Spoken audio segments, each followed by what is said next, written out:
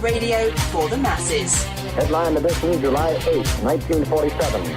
The Army Air Forces has announced that a flying disc has been found and is now in the possession of the Army. If the game is rigged, change the game. Game changer. I occasionally think how quickly our differences worldwide would vanish if we were facing an alien threat from outside this world. This is Fade to Black with your host, Jimmy Church, on the Game Changer Radio Network and KGRA, the Global Radio Alliance. I need your help to get to the year 1985. You're listening to Fade to Black with Jimmy Church on the Game Changer Network.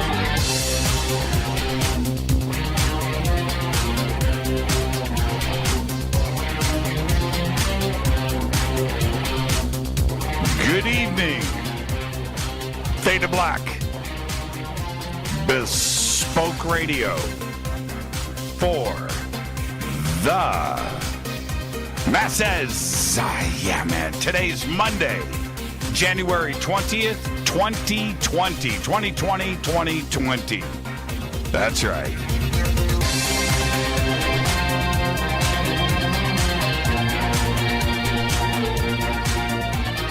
"20 days into the new year.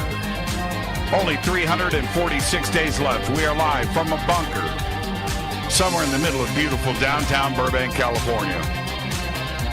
I would like to welcome everybody listening all around the world, all across the United States. Hither and thither, to and fro, back and forth, up and down, east and west, north and south, far and near. This is Fade to Black for KJCR, the Game Changer Network, and KGRA, the Planet. I am your host, Jimmy Church. What is cracking, everybody? How you doing? How you doing? All right, let's go. Kicking off another brand new week here on Fade to Black tonight. Very special guest, Rabbi Ariel Bar Tzadok is here. Tomorrow night, Daniel P. Sheehan is here. Wednesday night, Kimberly Meredith. Holy smokes, what a week. Thursday night is another Fader night with open lines all night long. You can follow me on Twitter at JChurchRadio. At JChurchRadio. Kick it off right there. The sandbox is hashtag F2B. That's F, the number 2, and B. No spaces. Hashtag F2B on Twitter. You can come and hang out there. We have 2 chat rooms open. One over at Spreaker, one over at KGRA, the Planet. Any questions or comments tonight for myself or the good rabbi? Hashtag F2BQ. Rabbi Ariel Bar Tzadok. Tonight we're going to be talking about the end of times from the book of Daniel. We're going to talk angels, talk demons, extraterrestrials, dragons. All right. Now, he is the rabbi and director of the Kosher Torah School. You can find that online. The links are right there, koshertorah.com, over at jimmychurchradio.com. He's the author of Aliens, Angels, and Demons, and Other Works. He's a regular guest on the hit series Ancient Aliens. He also teaches the ancient Ascent, Aliyah school of the Kabbalah, which places emphasis on experimental spirituality. His school welcomes people with all backgrounds who wish to learn about the authentic and original biblical world outlook. I would like to welcome back to Fade to Black, Rabbi Ariel Bar Tzadok. Rabbi, good evening. How are you? Hey, Jimmy. Shalom to you and everyone there. Yes. And so you're going through some rough weather tonight. Is everything okay? So far, so good. We had a really weird night. I was planning to do my weekly Facebook class tonight on the topics of angels among us, which is a very, very important topic. Last week, I did a topic on the reality of demons. And I tried to dispel the mythologies, that's which is so popularized on television and in movies, let people realize what's really going on in our world. And tonight, as I was preparing my class, all of a sudden, one of the breakers in my electricity box here just died out of the blue, knocking out my internet. And I'm sitting there, and I raise my eyes to heaven, and I say, someone up there is smirking at me right now. I know it. And we had an electrician come in just before our conversation. He comes and says, oh, bad breaker. Goes out to his truck, swipes it out, 5 minutes, it's all done. There you go. It's amazing. So, it's you know what's amazing about that is when the internet today interrupts our life, at that point you start to realize how much of it we are dependent on. You know, we just kind of take it in stride, but when it goes down and it chooses to go down, that's when you realize how much of it is a part of your life, right? Well, you know, it goes beyond that, because you and I are of a generation where we didn't have that. This is all kind of new for us. As you know, I have a beautiful young wife who's from France. She's grown up in the internet age. She's always had the smartphone and everything else.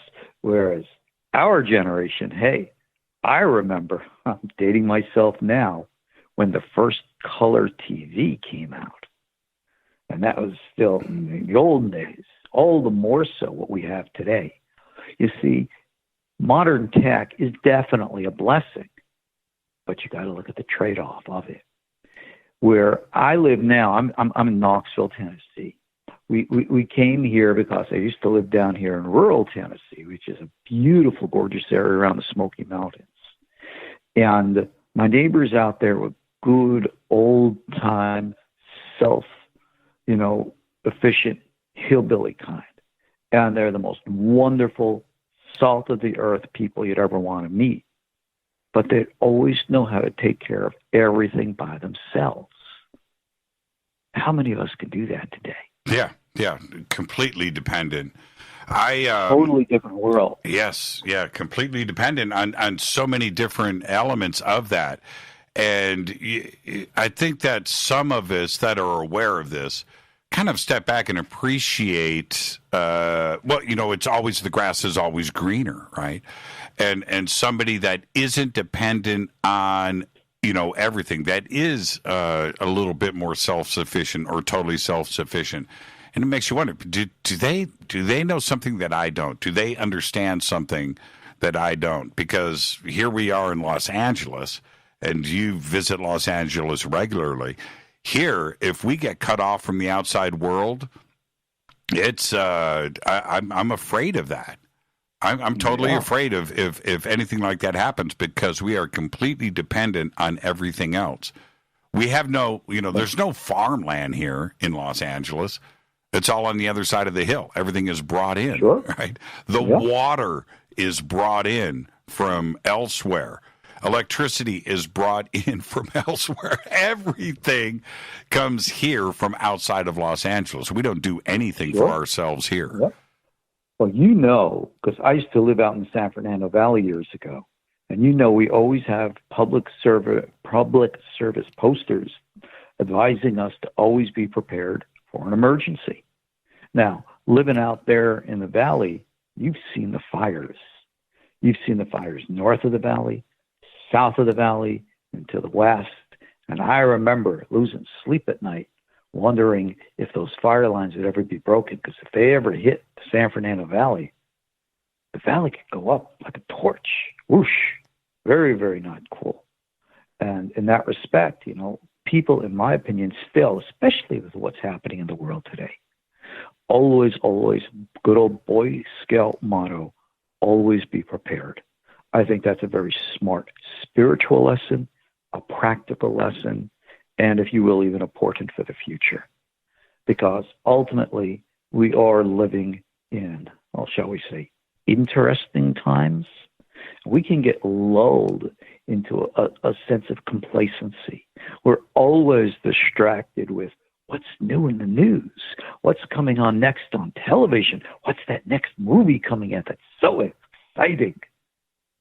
Try turning off the internet and then pay attention.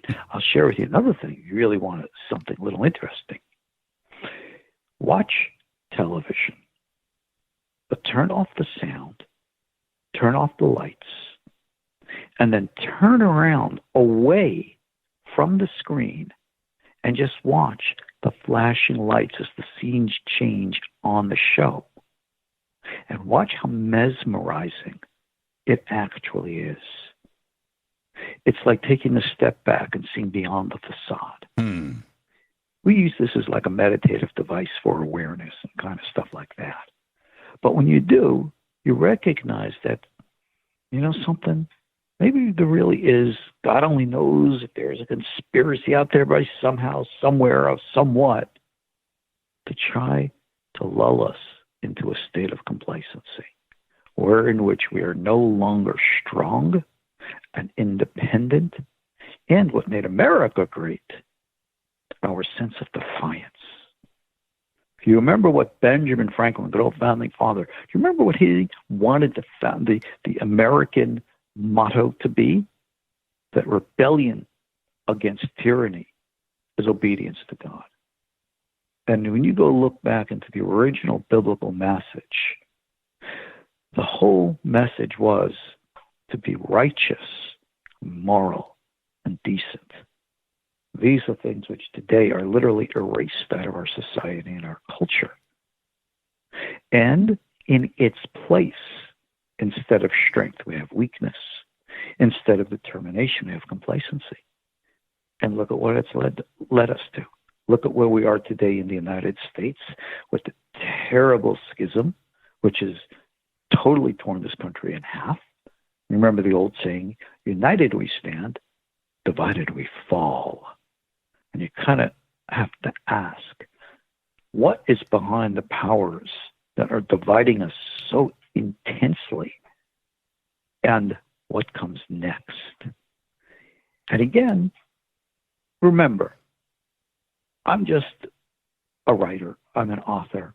I'm a practitioner of an old spiritual tradition, which is not so much academically based. Yeah, I'm a scholar, I'm an academic, and I read all the books and all the rest of that stuff. But the real spiritual message is to become spiritually awakened.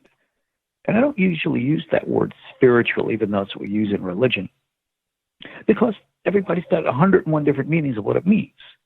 What it means is, as human beings, we have to recognize that there's a greater reality around us. And we could argue and debate and fight and scream about what that reality is, or we could see it for ourselves. Think about this. If you and I have never, ever tried pizza, and we're going to debate how good it tastes and not, well, we've never tried it, so how would we know?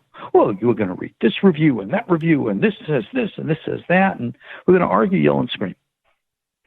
How about we just go to the nice local pizzeria, taste and see for ourselves? I think that's common sense. In biblical times, people were trained to be spiritual. And now, let's apply a definition to that word. Because spiritual meant an expansion of mind, an expansion of consciousness, which today we would call the development of psychic and or extrasensory abilities. I don't want to say of the mind, because I think that in itself is a deception. The real essence of psychic expansion is more through sensation and feeling than it is through thought and intellect. I think the women in the audience, they'll pick that up right away. And I think that's why parapsychological research fails, because they're looking in the wrong direction. You go back in the biblical times, the way that the prophets were taught. They used to dance and chant with music, and they'd get themselves all into an intense state. And it was in that intense emotional state that they could have a spiritual experience which opened the doorways to that which we call the angelic realm. But again, this is what I wrote in Aliens, Angels, and Demons. And what I was going to teach tonight, and I'll do on Facebook later. What we understand as angels is mythology. It's not like what you see on TV. It's not like what's portrayed in the movies. Some of those portrayals are really, entertaining, but they're just not accurate. We are dealing with actual races of entities who, let's be blunt, they're not from our earth. Demons, unlike in the Christian tradition, which believe that they're the fallen minions of Satan, etc., and so on, that actually came out of a Jewish legend, which was never meant to be taken literally. What we call the Shadim, in Islam they're called the Jinn. They are another indigenous race of our earth. But the messengers, which is the actual translation of the Hebrew word malach, which is angel, they're not of this earth. And if they're not of this earth, and that is the quintessential definition of extraterrestrial. And let me jump in for a second and ask you. Somebody had mentioned to me, somebody that states that they understand religion and the content of the Bible, that demons or the devil were never directly even mentioned in the Bible. Now, I'm not a biblical scholar, but I'm going to ask you, were they mentioned directly in the Bible? Well, I am a biblical scholar, and I'll tell you this. You have mention of these other indigenous entities here on Earth, and some will reinterpret what the Bible says when it speaks of the Elohim Acherim, the other gods, or the Se'arim, or the mention in Leviticus of Azazel, or you can go into the book of Job, chapter 1, where you have a mention of an angel, but he's actually not called an angel there, and he's referred to as the prosecutor. In English, or Hebrew, I should say, Satan. But as you see, he is not the opposite. He's not like the anti-God in control of hell as God's in control of heaven, and they're duking it out for control of your souls. That has been a religious pitch in faiths other than Judaism. And this is why in original Torah, the original biblical message, which I must emphasize was what historically Yeshu, the historical Jesus himself, taught, was that it's all about connection with the universe, call it God, and living the moral, righteous life. In all due respect, I mean, I'm a student of all religions. Wherever I can have exposure, I try to learn. And I've studied Christianity very, very much so. So much so that I actually taught, it's on my website, koshertorah.com, and some of my classes in this series are also on my YouTube channel. An Orthodox rabbi reads the Christian Gospel of Matthew. And I went into the Christian Bible to show where the Jewish origins of so many of the teachings that Yeshu brought down, so that we could build bridges between communities, so as to neutralize this mentality of division and divisiveness and hatred and racism, and try to do what the biblical message has always said for us to do: build unity. Where did the name, what's the etymology of the devil and demons and the imagery that is applied to that? You know, the hooves, the forked tongue, the horns. When did that start? That obviously is all mostly Greco-Roman, and then it evolved into the Christian traditions and the like. It's complete mythology. Shiddim, again, we have a tremendous amount of knowledge and, for some, even interaction with these entities. Let me just take a quick step back and share this about source material. We all know the Bible. Everybody knows the Bible. In its original Jewish form, the Bible was actually a collection of 3 books: the Torah, the 5 books of Moses, the collection of the prophets, And then the rest were called the writings. So to this very day, the Hebrew Bible is called by the capital letters of those three, the Torah, the Nevi'im, prophets, and Kaf, standing for Ketuvim, the writings, Tanakh. Well, when Christianity was developing, evolving in the 1st and 2nd century, it had to define itself independently of its Judaic origins so as to evolve its own identity. So it adopted the Jewish Tanakh Bible, what they call the Old Testament, so that there was a historical antecedent for the development of their faith. Fine. But that also was bad in that it left the Christian world from the 2nd century onward out of touch with all the other Torah writings that have existed since way back when, Babylonian exile or before, all throughout the period in history, which Jews have always embraced and still do. One of those books, very popular today, part of the Apocrypha, was actually quoted in the Igeret Yehuda, which I think in the Christian book they would call the Epistle of Judah, was a quote from the book of Enoch. So the entire Enochian legend has always been well known, embraced, and part and parcel of our Torah Judaic practice, and almost unknown to the vast majority in the Christian world. Over many centuries, Judaic literature, especially our prophetic or mystical literature, people became aware of what was going on.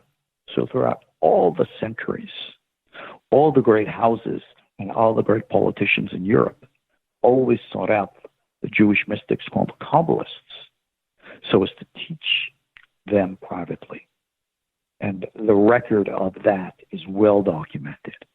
And to this very day, you have those who are continually practicing the old prophetic traditions of spiritual ascent, the same types of traditions that were practiced by, for example, the famous Jewish Rabbi Yosef Karo, the author of the Code of Jewish Law from the 16th century, who learned a process of spiritual ascent from an ancient master in southern Europe named Yosef Patzayach, who curiously taught a method of divination, for lack of a better word, spiritual prophecy, which curiously was practiced identically by a French seer, curiously of Jewish origins, who we know as Nostradamus, Michel de Nostradamus.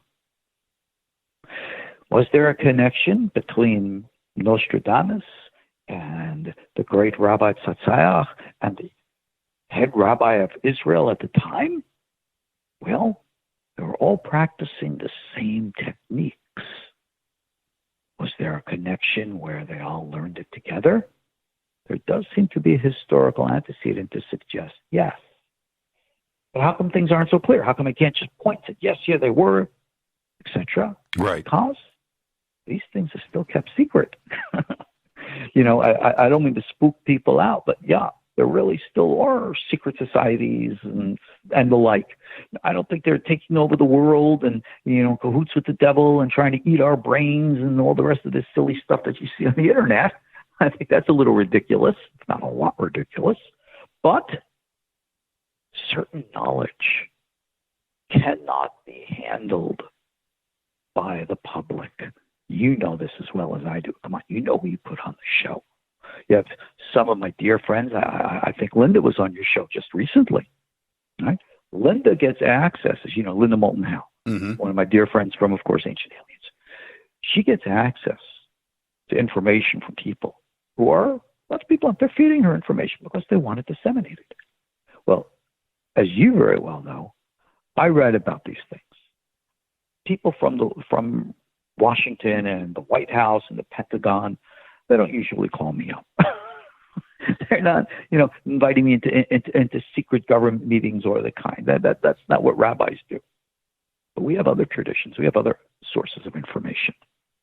They're coming at it from the outside looking in. We're continuing the ancient biblical traditions where we're looking from the inside working out. So they're going to discover a race out there 10, 20, 30 light years away.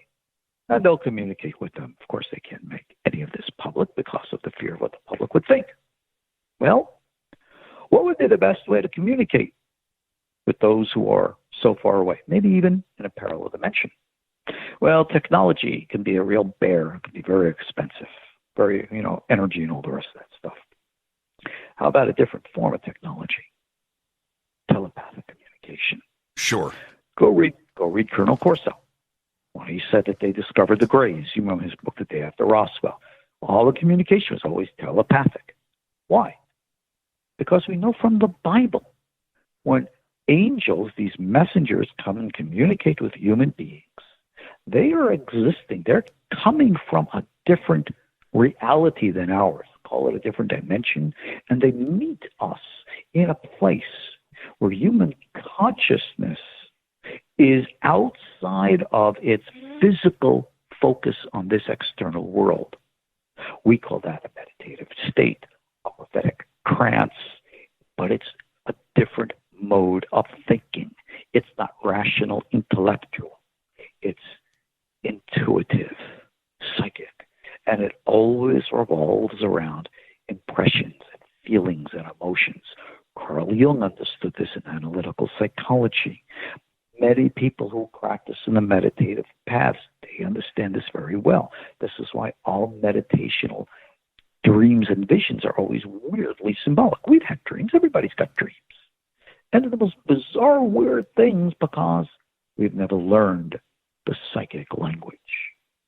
Because our society poisons us against accepting its legitimacy. You go ahead, start talking to people about, I can sense this, I can feel that, I'm in communication with this or that. People, you're a lunatic. Yeah, you need to be on drugs. We need to shut you down. And God forbid you ever try to jumpstart the entire psychic process with hallucinogenic drugs and are like, oh, that's criminal. But those who practiced the ayahuasca paths for centuries had success. While I am very, very firm and adamant against the use of any kind of drugs, even pot, I can't say that in ancient biblical tradition that maybe the spices or the incense that was burnt in the Holy Temple, very possible, might have had some kind of an effect upon the mind of the priest or the high priest as they approached the Holy of Holies to commune with the Ark of the Covenant and the revealed presence of that which we call God that was visible upon it. So there's a lot of stuff there. A lot of stuff. Well, could this practice of not disclosing directly to the public about any communication with intelligent civilizations that are off planet, could these be traditions that have been well established for thousands of years? Certainly they couldn't have freaked out, right? People 3,000-4,000 years ago with this kind of knowledge. It had to have been of a spiritual nature, of a religious nature, and not ET, because nobody would understand it and would certainly freak out. Well, yes and no, and I'm going to tell you why. In our ancient traditions, which again are recorded in those other authoritative pieces of literature in our Torah traditions, we always knew and understood that the stories in Genesis were metaphorical and not literal. We always knew that Adam was not the first human being on earth, that there were very high advanced civilizations before the Adamic race. We call these the earlier Shemitot, the cosmic sabbaticals. And we have legends in some of our books called Sefer Temunah, Yalkut Ruveni. If any Orthodox Jewish people are listening, they'll recognize those books maybe. We have teachings that have been passed down to us of how we have always been in touch with those who lived in the stars, how we have had indigenous races that evolved here on Earth long, long time ago, human and pre-human, who have evolved beyond.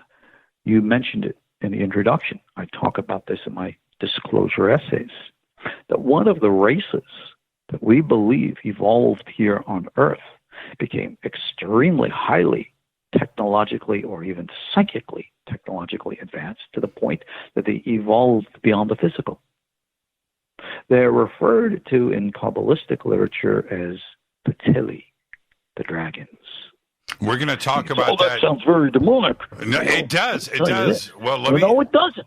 Well, let me because jump you don't in. know the Bible. It always frustrates me because people don't know what the Bible says because they misread it. Isaiah chapter 6. Forgive me, I'm jumping in here. Well, hold on, Rabbi. I got to take a commercial break, so let's do that. Go. Yeah. Okay. Let's squeeze that in, and we'll pick up right where we're leaving off with dragons when we come back. Tonight, our guest, Rabbi Ariel Bar Tzadok.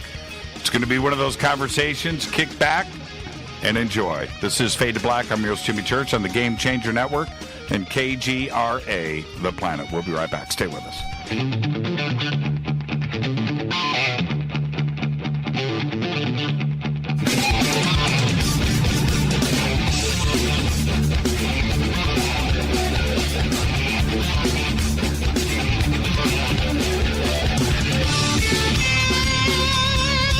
Welcome back. Fade to Black. I am your host, Jimmy Church. Our guest tonight, Rabbi Ariel Bar Tzadok. Oh, man, lots to discuss tonight. End of times from the book of Daniel. We're going to get to that. Angels and demons, extraterrestrials, and dragons, where we just left off. Now, let me say this, and I've made this comment, Rabbi, many times on this show, that dragons have been represented by every culture on every continent on this planet. And obviously before dinosaurs were ever discovered. And the representations are very similar. Somebody saw something, right? It makes me feel that they were real. And they were in the Bible, in the original Hebrew Bible, predating everything, with a pretty exact description. You just said, but they weren't demonic. But you can see, everybody sees the similarities between demons and the devil and dragons. And that's where we start to get into this like conundrum and this issue. Where do dragons originate in the Bible? Holy, holy, holy is the Lord of hosts. The whole world is full of his glory. Remember those words? Yes. Isaiah chapter 6. Do you remember the name of the angels who say those words? I do not. They're referred to in we call it seraphim. Most people look at the word seraph and say they're the burning angels of divine light. And I shake my head in frustration and says, good Lord, don't people know how to read Hebrew properly? No, they don't. The Hebrew word seraph does not mean burning. That would be so-ref, different vowels, even though it's the same letters. The word seraph means reptilian. That is a word for a reptile. And that is why and how we know that original indigenous reptilian race that evolved here on Earth and ascended beyond our dimensional plane, so as to become servants of heaven and God, messengers thereof. And that's why they're called seraphim to this day, reptilians. In later literature, they were called Tili, which we understand as dragons. In the Sefer Yetzirah, an ancient book which teaches the secrets of the order of the universe, it states that Teli Bo'olam Kekisei Melech Bekiso, that the Teli rule in this universe like a king upon its throne. They have ascended and serve as God's messengers and faithful servants. With that being said, where does the connection come between a reptilian and evil? Go back into your Bible. The Nachash, the serpent in the Garden of Eden. Remember, the one who tempted Adam and Eve. But there's also a curious little thing about that word Nachash. The Hebrew word Nachash is also related to a word Menachesh, which means an enchanter, a sorcerer, a warlock. Curious how the Bible refers to the serpent. He's talking to Adam and Eve. Mm-hmm. Mm-hmm. God punishes him by saying, "You're on your belly," which means that he wasn't beforehand. He stood erect. Tradition tells us that he had arms and legs, and that he was a reptilian or a humanoid, a reptilian. As such, his intent was to challenge, test, or corrupt, depending on your point of view, Adam and Eve. But that entire biblical story is not literal. We go so far as to say there was actually no historical individual with the name Adam or woman with the name Eve. But it's a symbolic story of something far deeper. We understand it in a much, much different way than the symbolism would be understood literally. But again, that was its original context. We're going to go back into ancient literature readily available in English today and see what those source materials are. See how biblical stories were understood 2,000 years ago. Read books like Philo and stuff like that. It was all out there. It's readily available today. But once these stories were adopted into the Christian tradition, their original content, meaning, and purpose was not adopted in, and therefore lost. And therefore, to this day, people look at these stories and read them in the English translation, King James Bible, as being the authoritative, only literal way of understanding things. And that's what's led to religious fundamentalism, which is never helpful in building bridges and doing the proper service for God. You write here, you state that the dragons of the Bible are a holy angelic race who serve God in heaven upon the earth. And then we get into the Tele. And this is what I find interesting, because you put this verse from chapter 6, and if I may, I'm going to read it, and then I want your reaction. You state, or the Bible states, the ministers, okay, and this is what I've always found interesting about dragons. The wings, and of course, the breathing of fire, and these modern interpretations of something that's been around for a long time. But this is what it states in chapter 6. It says, the ministers that reside in the air, these are the princes of the Tele. The reason that they are called the princes of the Tele is because to these princes of the Tele belongs the leadership of all host above. By their mouths, all the spheres of heaven go forth, and by their mouths, all spheres of heaven stay still. These princes are the souls of the spheres. For each sphere vibrates. Each has a separate intelligence that guides it in accordance to the secret of the emanation of the name that radiates upon it. The princes of the Tele themselves are influenced from the angels above. These are the four princes above the angels of the Merkava. Now, how do we look at this? How do we interpret this? Okay, this is actually a quote from a 14th century text by Rabbi Menachem Tziyuni, and most people are not aware of the nature of these entities, who they are, what they are, or our understanding of the multidimensional reality in which we live.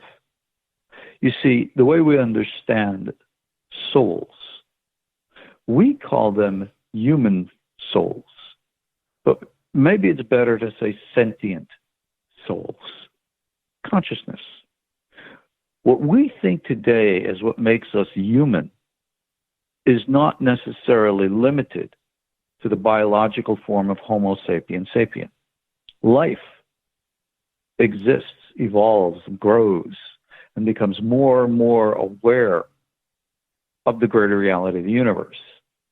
In order to do that, we have to evolve beyond the limitations of our present physical form. Consider it growing up. You know who really gave a good example of this in novellic form was Arthur C. Clarke in his famous story, Childhood's End. Very, very cool story. Audience hasn't ever read it. They should. Where it shows how humanity evolved. And as humanity evolves, the entire earth literally fades out of the physical universe into a higher reality. Well, we understand things in kind of that way. We recognize that, again, there were other indigenous races upon this earth prior to Adam. We understand that the earlier race evolved and ascended above to serve God. Part of that service, if I could say, is to be kind of like the cosmic civil service. The universe operates, as we know, according to natural law, science. There's no contradiction between science and real, authentic religion. They're one and the same, pretty much. And consciousness, conscious entities will evolve into forms which are appropriate for the context of the work that they need to perform. Kind of like you and I, we were once children, we became adolescents, and then we grew up. And we evolve in our careers to fine-tune and hone our skills in the things that we do. Well, that never stops, and we're never limited to that where we are. And in that respect, what we call consciousness, the soul, and the like, what we think of being human isn't limited, like I said, to our physical Homo sapiens sapien form. So if we were to travel 10, 20, 30 years out into light years, that is, out in space, and we meet another race on another planet, I don't know, Klingons, Vulcans, or whoever you want, we're going to find that regardless of however biologically different that they are, maybe even in forms of life that we don't even recognize or understand today, we have a way and means of consciousness, of mind-to-mind communication, if you will, where in which ultimately we are all the same. So the Tele evolved, grew, became involved with the energy flow of patterns which influence us in ways and means that the conscious mind is not necessarily aware of. For example, that which we call astrology. We're on Earth always passing through cosmic fields of this planet, of this solar system, of this star, or whatever. And however subtle those fields are or are not, they have influence upon all elements. We know about the influence of like the gravitational field of the moon upon the earth and things like that. It goes a lot more than that. And these influences can be intuitive and or felt. Well, just like any other machine needs to operate with its appropriate forms, you have those conscious entities who embrace and become part of the greater psychic whole. So, for example, when we refer to planets, Mars, Venus, etc., we say that they themselves, even our planet Earth, are living, conscious, even self-aware, sentient beings. And this is not even a mystical teaching of the Kabbalah. This is a teaching known and is in the foundations of Torah Judaism, reported by none less than the famous Jewish philosopher Maimonides. A lot of people, they don't even pay attention to this anymore. Well, there are so many that say that these writings and these teachings were metaphor. When we get into things like, the dragons or the tele, or referencing them as the watchers, and now suggesting in the strictest sense that they were real, is that a stretch? Or this was something that actually existed here on Earth that predated, it was a pre-Adamic race and civilization that was here, and this was referenced directly. I mean, statements like certainly in Isaiah, where the seraphim stood, had 6 wings to each one, and 2 that would cover his face, and with 2 he would cover his feet, with 2 he would fly. Are you suggesting that we take this literally? I'm suggesting that is an accurate portrayal of a psychically experienced reality, and all psychic experience does not conform with our rational intellect, but it exists in its own dimensional format. Psychologically, maybe we would call it an archetype. But let me get back to something you just said.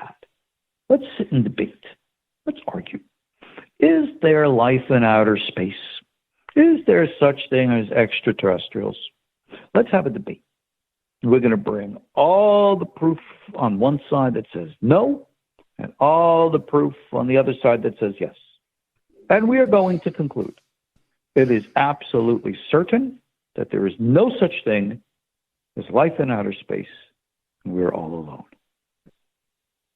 Mm-hmm. What happens tomorrow when Klaatu lands his spaceship right, of course. in Washington, D.C.?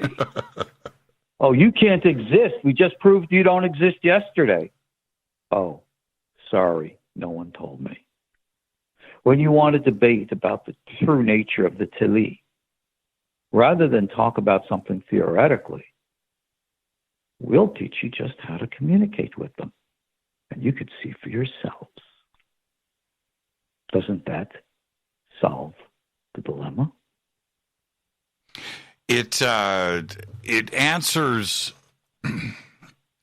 something directly, Rabbi, which is there are too many people that have these types of communications, not only today but throughout history, and the numbers are in the millions. And either it's some crazy psychosis, some mental issue, or it is something that exists. And I would have to go on the other side and say that this must exist, that we can't have millions of people having the exact same issues with the exact same messages and say that they're crazy. There has to be something else going on. That's a great point. Ingo Swann addresses this in his book, Psychic Literacy. And he says, okay, we consider psychic phenomena of any and all kinds to be abnormal. It's not real. But yet when you look at statistics about how many people have had some kind of a psychic experience at least once in their lives, you'll see it's the majority of people. So how is it that the majority are the ones who are abnormal? No, they define what's normal. But we have a prejudice to try to dissuade us from understanding that. And there is a very, very clear and distinct difference between an actual and authentic psychic experience and a psychotic episode. And for those well trained in this material, we know very well how to distinguish between the two. And easy to actually teach how to distinguish as well. You brought up a really good point about debating whether we are alone or not. And I am not even sure how a debate like that, a real one, could even exist. because on the we are alone side of the debate table, there is nothing that they could present as fact. There's nothing. There's nothing there. What could they? What is it? I would love to know what somebody would bring forward. Jimmy, if we want to convince somebody of something, we don't have to be factual. We just have to convince them. So therefore, we use every made method of manipulation, of emotional arm twisting and the like, to get you to jump on the bandwagon. Because, Jimmy, don't you want to be like us, like everybody else? You don't want to be like them, those weirdos. And you go, yeah, I don't want to be one of them. Right. And rather than being rational and analytical, I mean, all due respect, you could read The Day After Roswell by Philip Corso. Right? This guy was in the Pentagon. He knew what he was talking about. His documentation is impeccable. What more do you really need? But yet, how many people are coming out and debunking him or others? But listen to the way and how they do it. We have a biblical example of this with the story of the Exodus. Moses comes in. Of course, it speaks to Pharaoh Yul Brynner. Let my people go. And he takes the staff of Aaron, turns it into a snake. And along comes the Egyptian magicians. We can do that. We learned that from Harry Houdini. And they try to show that what is happening is not real. Bait and switch. That's what happens to us today. There is, in my opinion, a concerted effort to keep us psychically ignorant. So anytime something real occurs, it is, in quote, debunked, put down, and the like. Look at crop circles. Crop circles, the original ones, were all authentic. But then all of a sudden you have duplicates and imitations and fakes. And they had all kinds of stories to try to say how this one was made, how that one was made. But yet you start running out of stories. And you're left with the real, but you've already poisoned it in people's minds. Come on, it's a bunch of nonsense. We're not going to listen. And therefore, you have injected prejudice.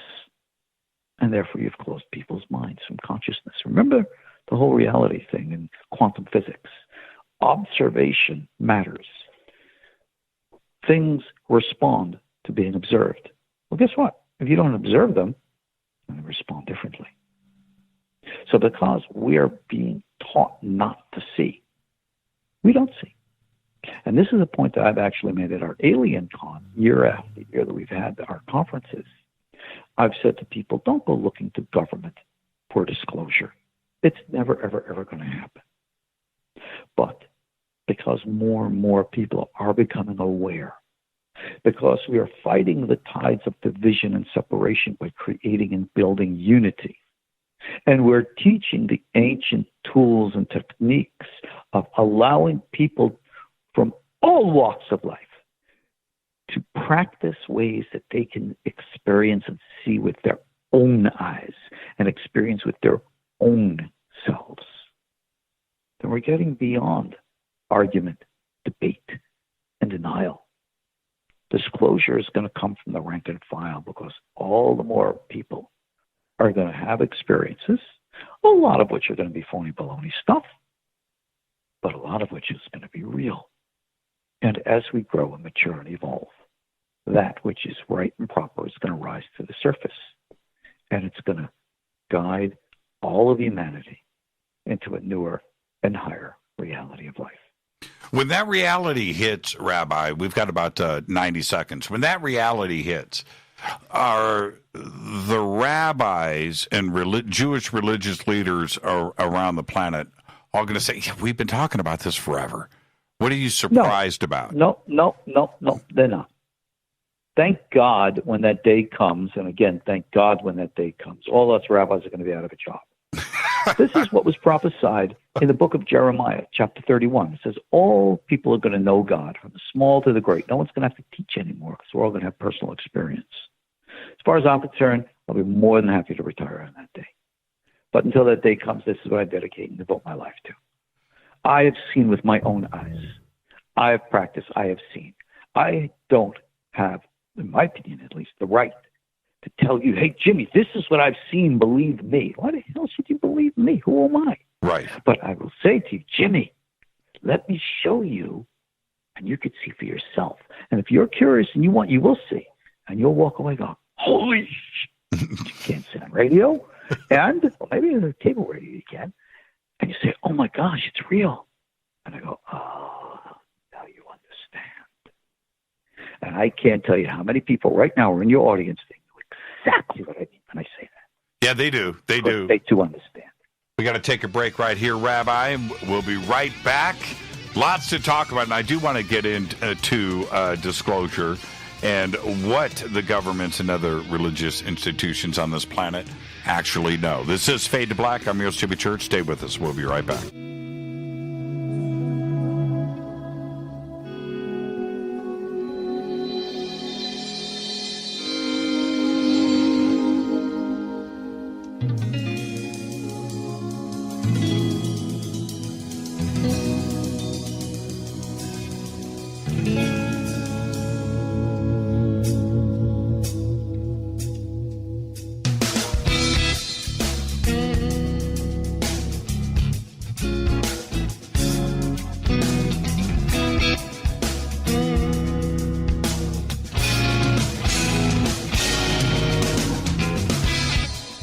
Welcome back, Fade to Black. I'm your host, Jimmy Church. Our guest tonight, Rabbi Ariel Bar Tzadok. And if you miss tonight's live broadcast, it's very simple. Just get our podcast. Go to jimmychurchradio.com. It's just $2 per month. And we have over 1,170 archive shows right there for just $2. All the software that you need, all the apps that you need is right there. Click on the banners over at jimmychurchradio.com. Now, Rabbi, I want to stay on this conversation. And the question I have right now, have you seen the TV series Messiah? Yes, I have. Okay. My first question with that, which actually ties into everything that we're talking about right now. What's your first reaction to it? Not so much is he actually a Messiah or not, if there's something really religious here going on or not, if it's a hoax, but it's the message and the way that the public would react to somebody like this surfacing in today's multimedia environment, right? That's a pretty powerful message. What's your reaction to that? Okay, let's look at the show. Number one, it's looked at from a Christian context. The question being, is he the second coming of Christ? Well, according to the Christian belief, Christ has died, resurrected, and went up to heaven. So therefore, the only way Christ could ever come back is to come back down from heaven. Okay, cool and groovy. But this guy in the show is actually born and raised like from a normal human mom and dad. So he wouldn't be the second coming of Christ. But what is a Messiah? In the Jewish tradition, it's a political thing. In Islam, they have, of course, Al-Mahdi, but they call him Al-Masih, which is actually Al-Masih the Dajjal. And if you look at the Islamic objection to the program, they'll say that he is being presented as the anti-Messiah. But look at the character as portrayed by the writers. He comes across originally as having this wonderful power. He's predicting the fall of ISIS with the coming of the great storm. He marches these people to the border of Jerusalem, to Israel, and strange things happen, as you know. He disappears. He ends up in Texas. He helps save this young girl from a storm, and he's doing what appears to be supernatural stuff. He walks on water, but they're saying, that was a trick, kind of like with the Pharaoh and his magicians with the rods, with the staff of Aaron. Right. But now, in the last show, sorry for spoilers here, they get into the plane crash. If you remember the CIA, whoever it was, well, it actually wasn't the CIA, it was someone else, blew up his plane on the way back to Israel so as to make him disappear.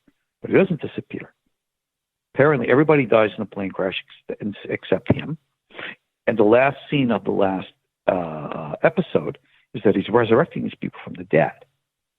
Now, it's kind of hard being a fake and resurrecting people from the dead. I mean, that's a pretty slick trick. Yes, it is. But that doesn't make him a Messiah.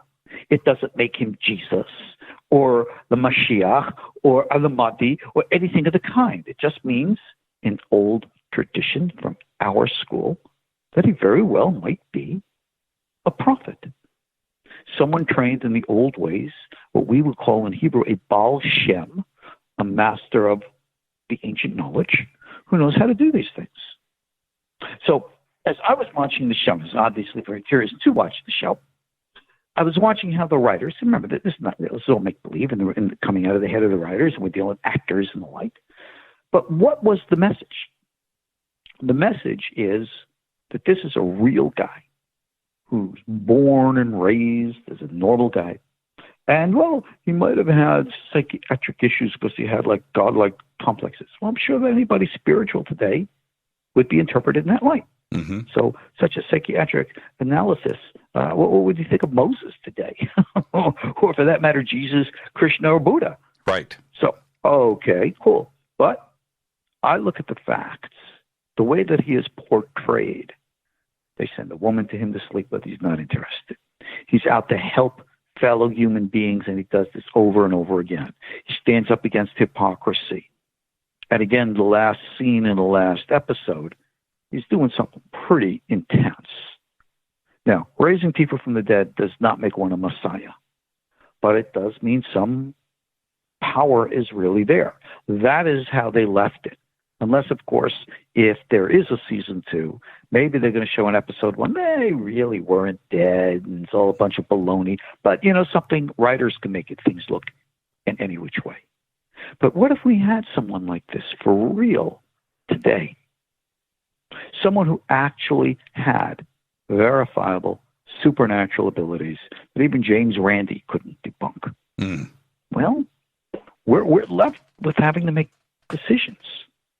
In our Torah tradition, this is nothing shocking for us because we've always had people like this. We have people like this to this very day. Outsiders of Israel do not know the stories of the different sages who have been actively involved, for example, in fighting Hitler, keeping Hitler out of the Middle East, who were actively involved in many of the Israeli wars, protecting and safeguarding innocent lives. Israelis know these stories. Anybody outside of Israel probably has never heard of them. There was this one great famous rabbi who was a master of our school back in the 1940s, as Rommel was making his march across North Africa, approached the British High Command and begged them, give me a plane with my students.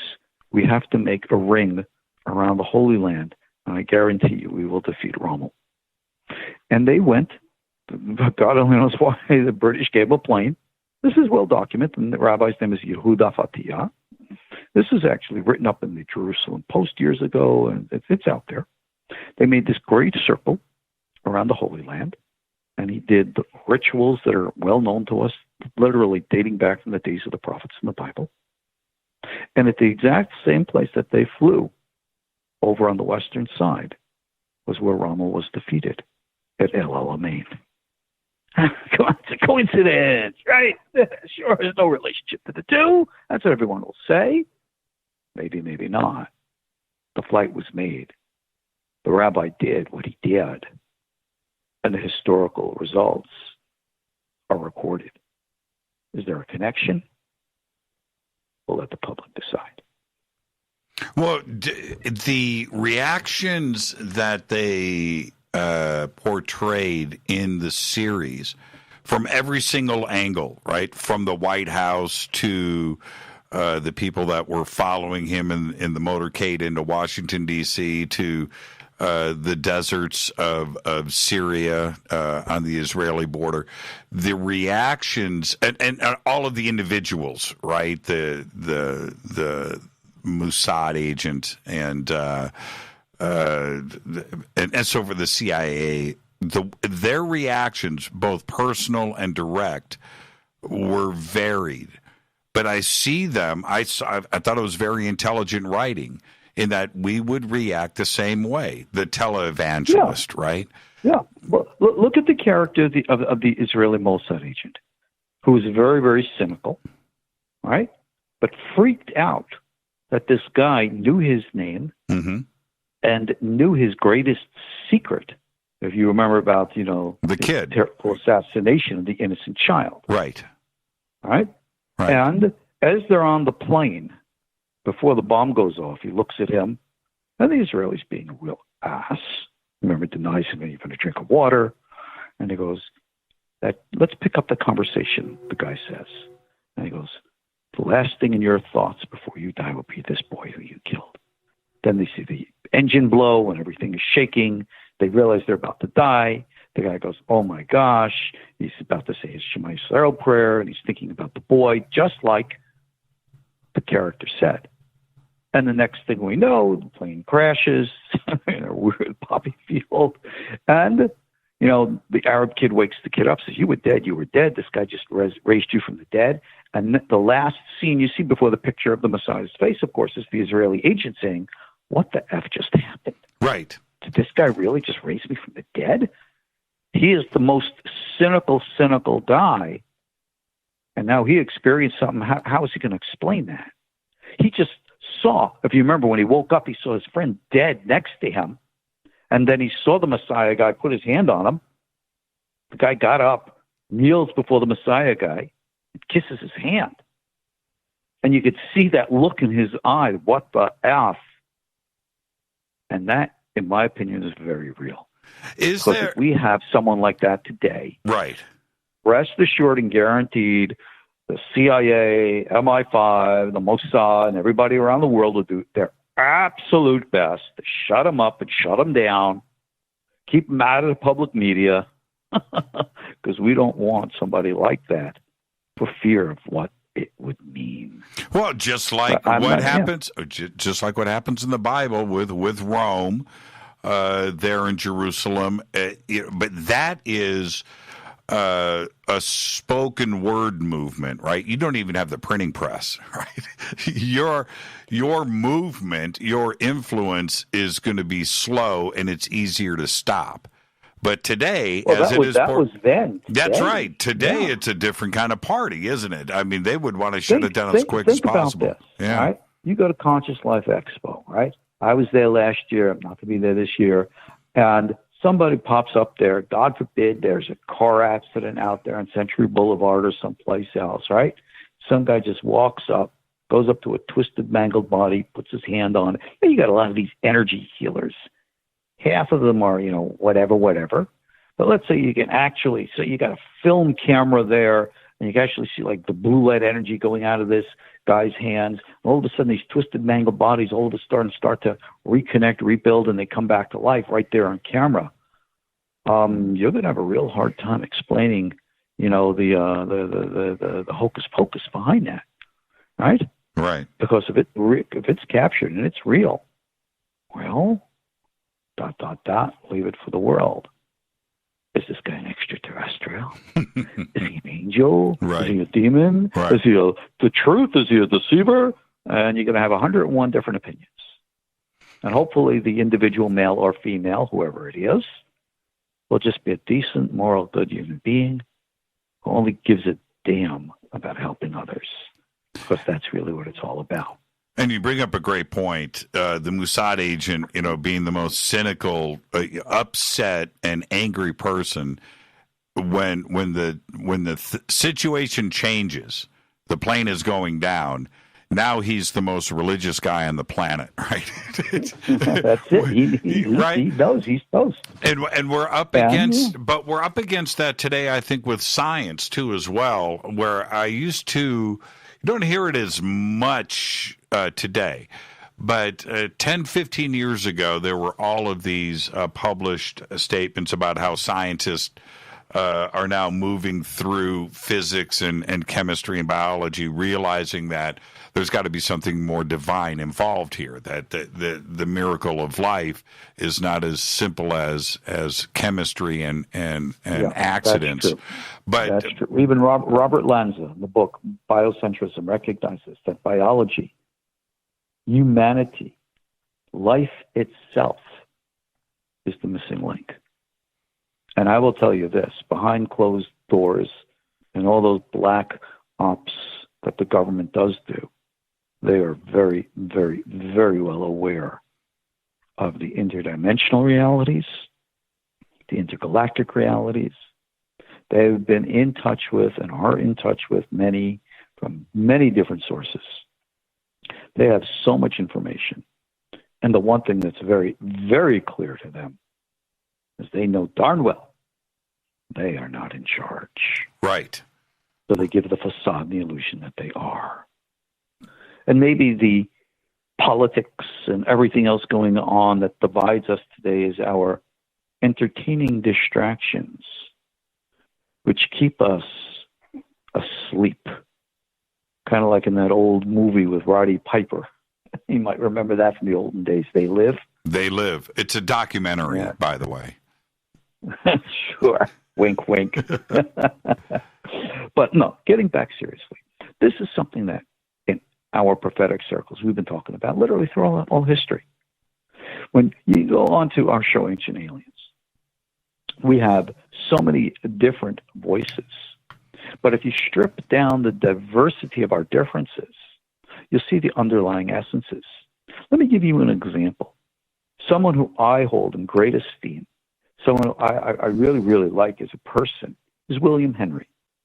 But he is almost like my opposite on the show in so many different ways. I'm sure he's shocked and amazed how I feel about him. But I kind of look at him and almost like a spiritual twin, but we come from the external side of things so radically different that people would think that we're, polar opposites. Oh, you got to look beneath the surface and see the truth. I mean, him, his wife, Clara, I think are the most darling people. But yet, on the surface, you would think we're so different. I don't think so. Surfaces. No, I don't think so. I think you guys are. I think you guys are lockstep. Actually, in many ways, we are. We might describe things in a different way.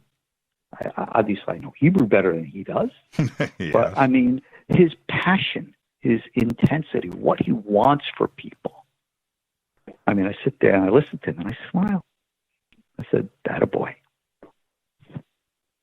And the reason for that is, going back to my point about science, is that no matter how you want to paint the world in a black and white sense, in a mathematical sense, it's equations, it's math, it's chemistry, it's compounds, it's elements, that the more that they find out, the more that they realize it may not be God in a real definition, but they know that there's something else out there going on that they can't explain with the math. They cannot do it.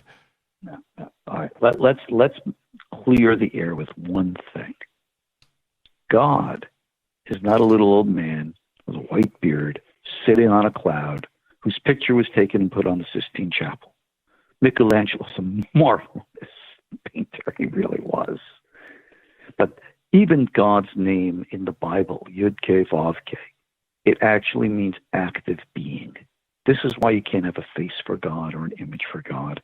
God's not a guy. He's not male. He's not female. The experience of the divine comes to us through our human experience. So we project a human face upon God. In the Kabbalah, in the Aramaic, they call that the small face of God, or Ze'er Anpin, which is the face of higher man. But above the small face are the higher faces, and above the higher faces is the infinite. We're aware of these things. But people today have such a mythology of what we think of God, like God's a guy, a person, our spiritual Santa Claus, our go-to for all the things that we want, without recognizing that we're dealing more with the universal consciousness, the mind, or the will, or the reality of life itself and existence. So essentially, we're always part and parcel, always connected to, always in the presence of that which we call God. But I don't like words like divine and religion and stuff like that because of the mythologies that we attribute to all these things that kind of, again, take us away from that reality. So when you go into those meditative traditions, which some will misinterpret to think, well, those are Eastern traditions. They talk about, the abstraction. Well, that's actually what the original prophetic tradition, the biblical tradition, was really all about as well. But it got lost in the eyes of those who don't follow the traditions. This is what I'm in business for. This is, I try to bring back all the old stuff to show people that. So yeah, if you want to talk about God, let's start with a better understanding than what we have, with, again, focus on learning how to experience for ourselves, as opposed to, again, debate, philosophy, and argument. But wouldn't that be, just that statement from so many other angles, heresy? That's like a prison offense to go in that direction. Not in my religion. But you understand. If many of my fellow rabbis were to question or challenge me upon what I just said, then I can get rabbinic with them. Remember, I've been a rabbi for close to 40 years. I think I know something by now. Right. I take out all my books. I'll show them, okay, it's written here, it's written there, it's written there, it's written here. Come see for yourselves. I remember years and years ago, I said something controversial to a fellow rabbi friend of mine on the phone. And they got really upset with me. Where does it say that? And I said, it's written in such and such a book. He says, I want to see it. I said, come over. 15 minutes, he was in my house. I sat the books down in front of him. 45 minutes later, he comes into my office sheepishly, and he says, you were right. It was enough? And I said, and I said to him, yeah, but I knew that 45 minutes ago before you walked in the door. I said, all you got to do is learn. This is one of my mottos on Kosher Torah. I say, Moses said, let my people go. I say, let my people know. All I am about is to educate people, to give them exposure to the things that they've never had access to before. You go look at the courses that I have on my course page at Kosher Torah. I'm offering from all these ancient texts. I'm teaching something now from 1,000-year-old text on all the secrets of the Archangel Metatron. People don't cover this. My fellow peers don't cover this. But I don't have secret revelations from heaven. I don't have golden tablets being revealed to me from the angel macaroni or pizza or whoever else wants to come. I go to the local Hebrew Jewish bookstores, whether they be on the East Coast, West Coast, Israel, Europe, wherever, and I take the books and I use the traditions that I've received from my teachers. I learn them, I understand them, I practice them, and then I do what I believe is right. I turn around and share and teach. Because what else is it for? We're all one in that respect. This is not just about for me, by me, me. Me is you, you is me. We are all in this together. And in that respect, it goes back to an old saying in the Talmud, that we're all interconnected, all interrelated with one another. When we come back after the break, which we're going to have to do here, there's so much that we've got to try to concentrate into the next break, and maybe we'll have to go into overtime, which is fine. But there's other parts about this that are so based on faith, so much so that is the part that forces people into questioning what is real and what is not. And I really want to discuss this when we come back. Our guest tonight is Rabbi Ariel Bar Tzadok. That's right. Angels, demons, and extraterrestrials all in one show. I love it. This is Fade to Black. I'm your host, Jimmy Church, on the Game Changer Network and KGRA, The Planet. Stay with us.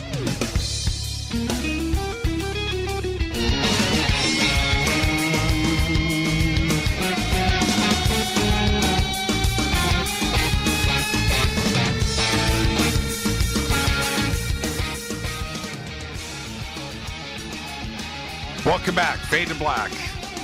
I am your host, Jimmy Church. You can become an official Fadernaut by going to jimmychurchradio.com. Click on our membership area right there and become a game changer today. Help support the show and, of course, get all that cool swag, too, when you become a game changer. Autographed shirts and hats and private email to me and downloadable MP3 archives that you can play anywhere. All right. Now, okay. Rabbi, I was with a friend of mine who I respect a lot. One of the funniest guys, smartest guys that I've ever known, but also very, very religious. And we were in New York many years ago having a late night conversation at one of those buy pizza by the slice places, right? Till 2, 3, 4 o'clock in the morning. And one of the things that he said to me was that because I brought up dinosaurs, and his thing, Earth is 6,000 years old. And I said, well, what about the dinosaurs? And he said, look, Jimmy, God put those bones here to test us. Right? Now. That makes God sound pretty sick. Okay, but I don't make fun of anybody's religion or anything. He can believe he can believe what he wants to believe.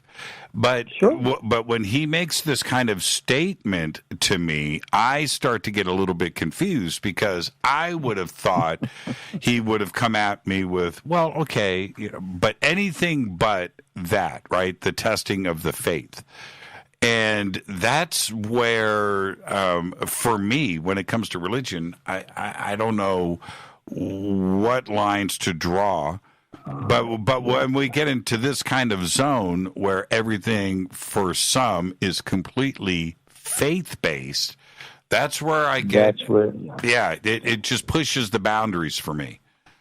Okay, let me just. Now we get into religion here because this is the significant difference between the Jewish path and the Christian.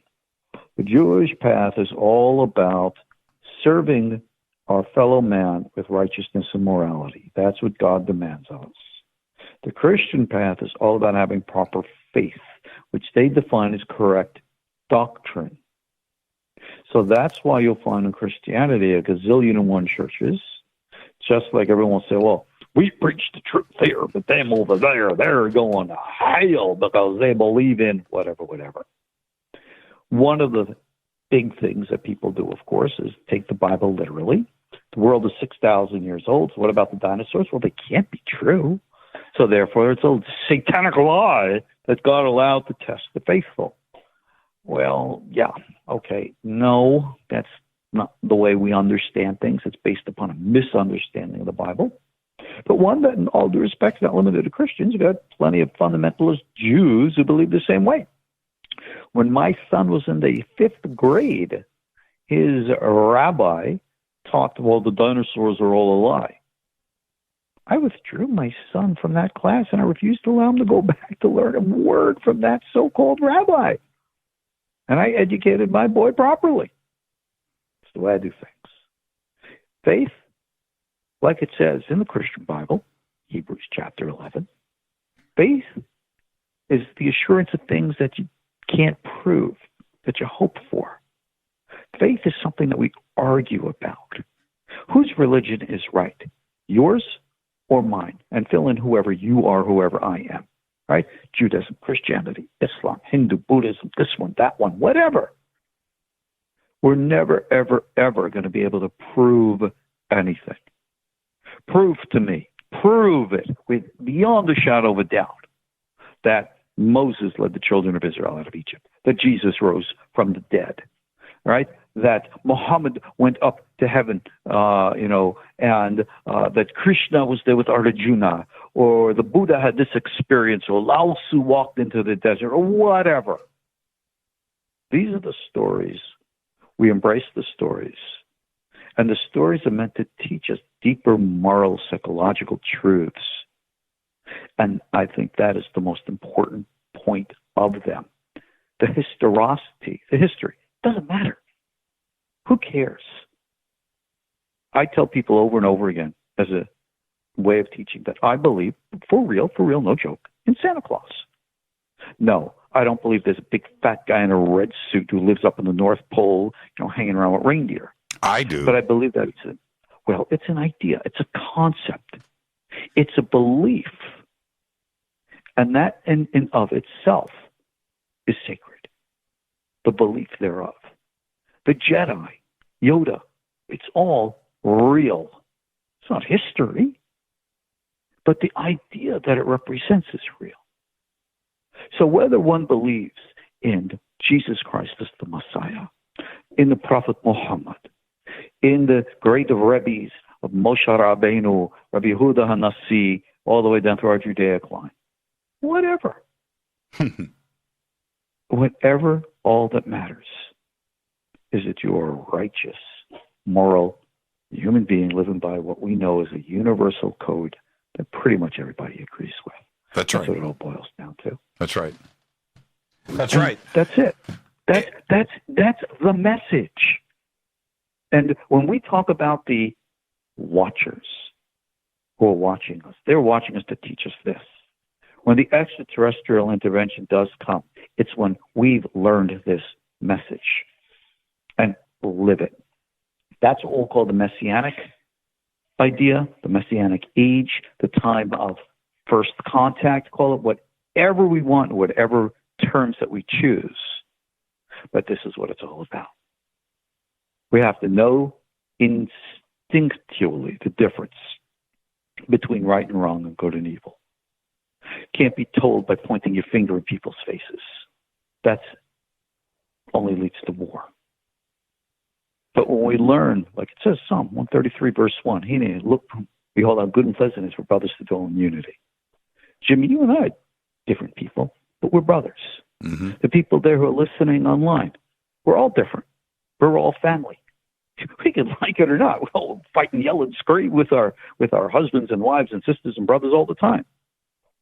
But we never lose that concept of family. We're all a family, not just here as Homo sapiens sapiens on Earth, but with all life forms everywhere. And we're evolving, coming into that, because they who are watching us are bringing that to be. That's why we have the internet, just like we began our conversation, and that's why I'm on the radio with you right now. It's all part and parcel of, like the old movie, The Never-Ending Story. Well, when I took the time, I'm not going to spend a whole lot of time talking about this, but I finally took the time when I was 21 to read the King James Bible. Right, got it. Started page 1, flipped through it. Took me about a month.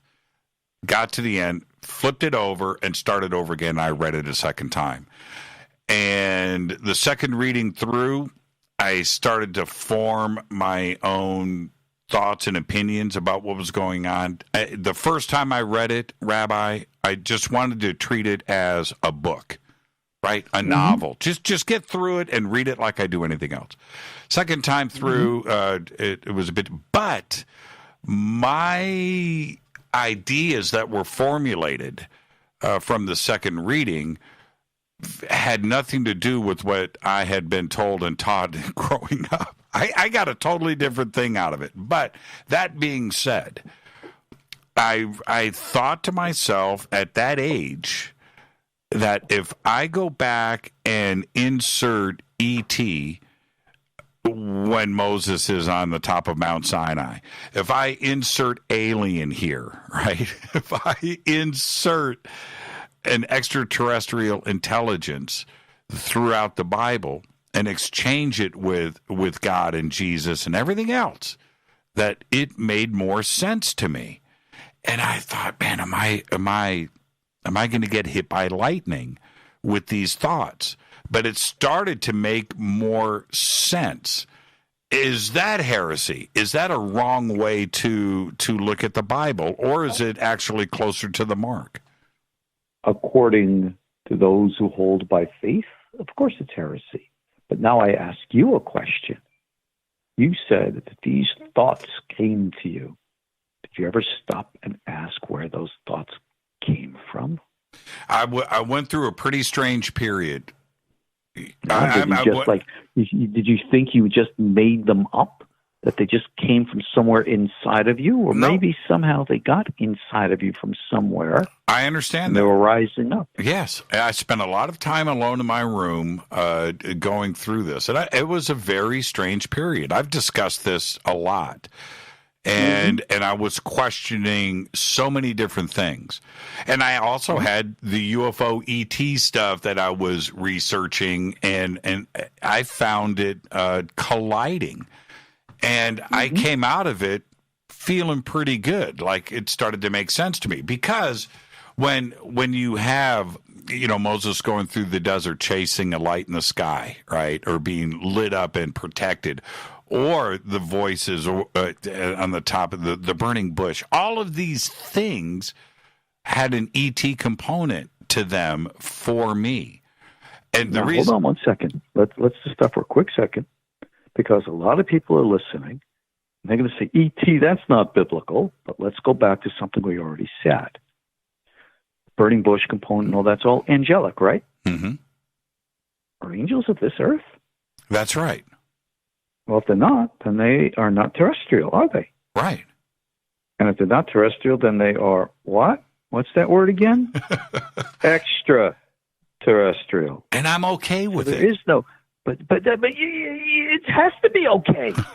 You see, we're having this conversation right now because there are a lot of people who are listening to us now and are going to be listening to this recording, and every one of them is saying, this is my story too. Right. We're talking their story, which is our story. Because we all have this experience. What people need to know is that they're not weird. They're not alone. They're actually in the majority. And again, this is why Jimmy Church is on the radio. This is why my Kosher Torah School of KosherTorah.com is out there. It's because we are like the catcher's mitt for all those baseballs that are being thrown. We're here because that's what family is for. The conversation that we just had about Messiah, the Messiah, if this happened in an alternate reality where the Messiah shows himself and says and he starts to talk about the ET component and inserting this, and the other interpreters of the Bible that have surfaced as religious leaders in a modern context, like today, that are speaking to their flock with their version of the way that they interpret the Bible, isn't any different than if somebody surfaced today and said that the Bible is here, but it's actually ET, and this is what's going on. Okay, well, let me tell you. Would that be easy for people to understand? Yes and no. Because what I'm doing here at the Kosher Torah School, help people understand the Bible correctly. You can't read the Bible in the King James Version and think that you understand the Bible, because you don't.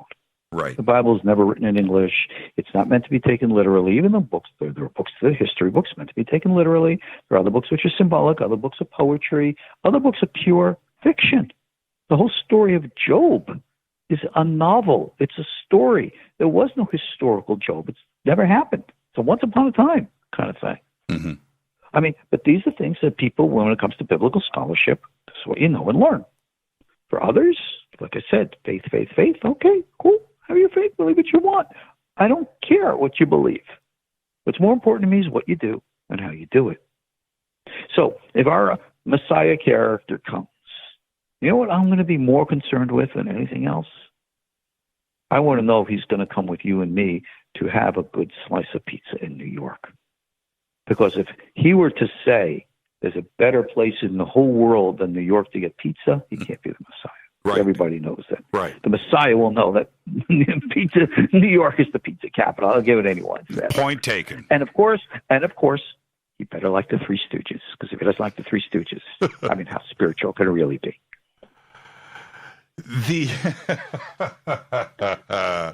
Jimmy, if you don't ground it down to the real world, right, then you're in the pie. You know, we have the old saying: you become so heavenly minded, become no earthly good.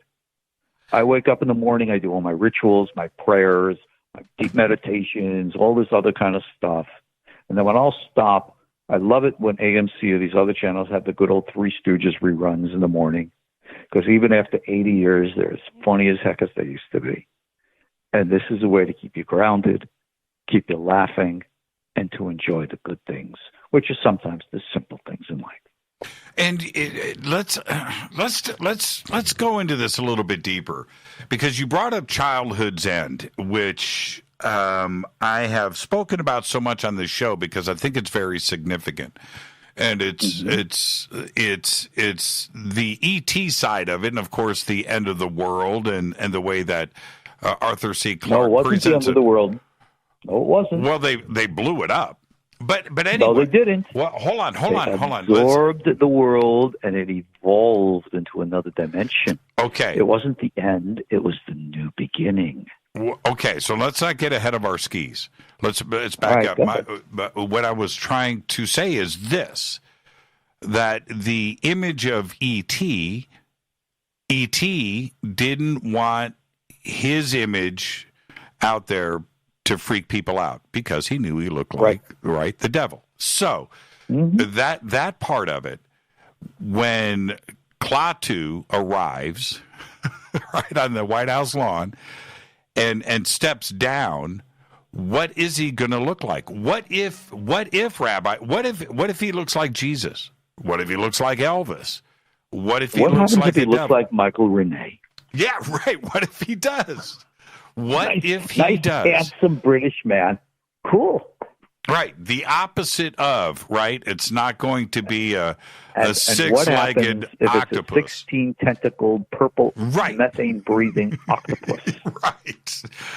Exactly. You know what? Like I said before, life can come in all forms, but underlying the differences is the eternal essence which unites us all.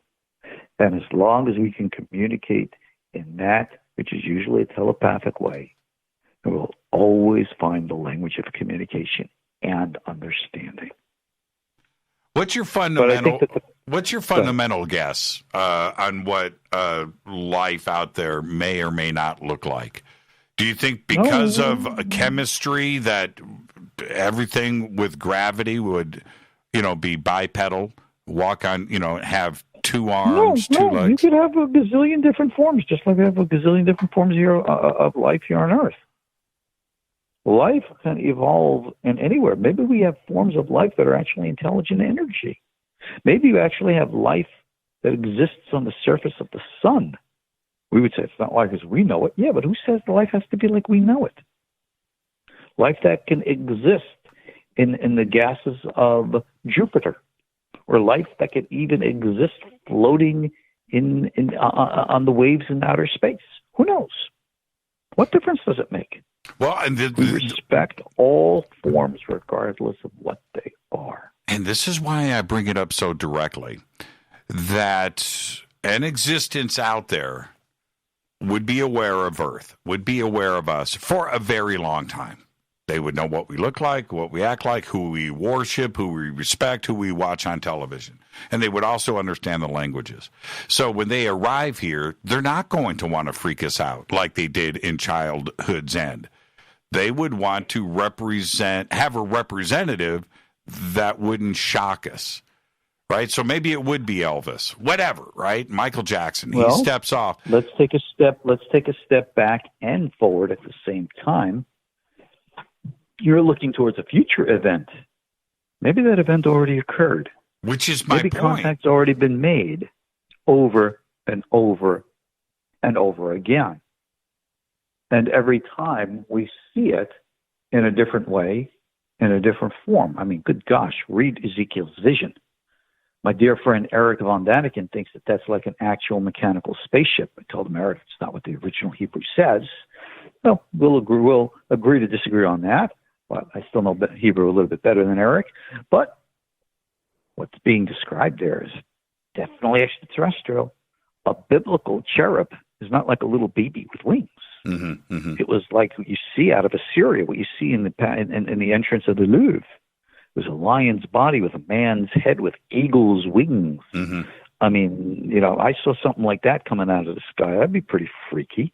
Remember, the Bible says that the Messiah comes with an army of angels. Well, angels, as they're described in the Bible, right? Read the Hayot, the cherubim, and even the seraphim, right? They ain't human. They don't look like us. And if you see a whole bunch of them coming in the sky, the last thing in the world I think you're going to say is, oh, hallelujah, the Messiah has finally come. Right. I think instead you're going to be saying, invasion.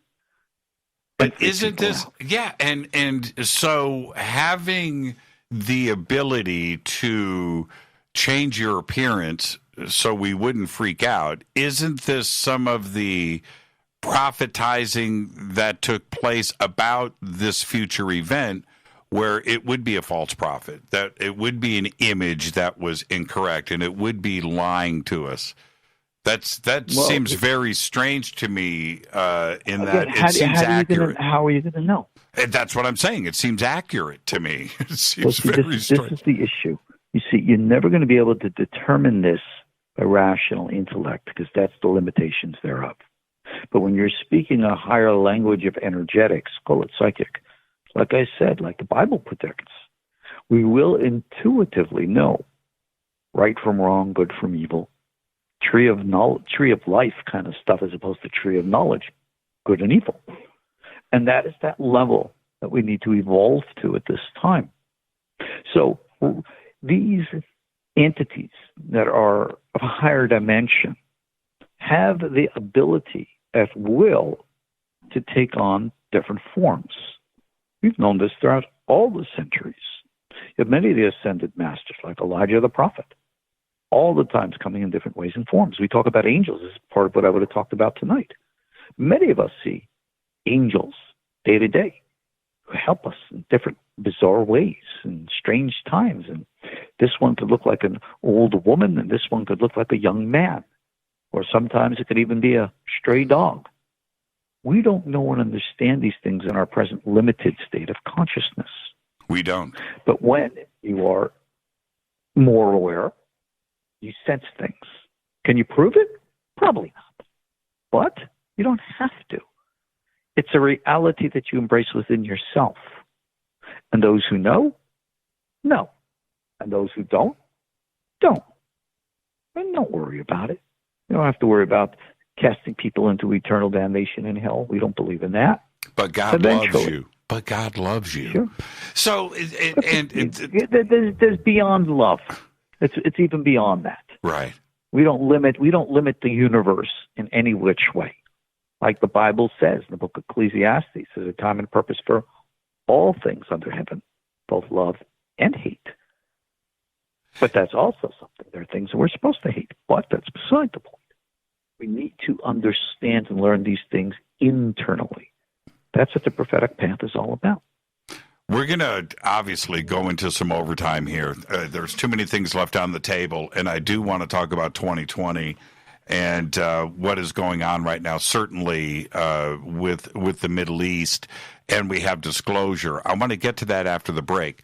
And you just reminded me of something that our good friend, Giorgio Tsoukalos, said on this show, Rabbi. On this show, he said, when ET arrives, that spaceship and the steps, and he steps down, we will find out at that point that we were all wrong. Yeah, that's probably more accurate than not. That's true. It's one of the statements that just stopped me in my tracks, because he's right. He's not wrong in saying that. We will all look around. Everybody that said that they knew it all is going to be wrong at that point. Let's take our break right here. This is Fade to Black. Our guest tonight is Rabbi Ariel Bar Tzadok. Great conversation. When we come back, I've got to talk about end of times. Everybody at this time of the year talks about the end of times. Where are we? What's going on? We're going to talk about that in the book of Daniel when we come back after this short break. Stay with us.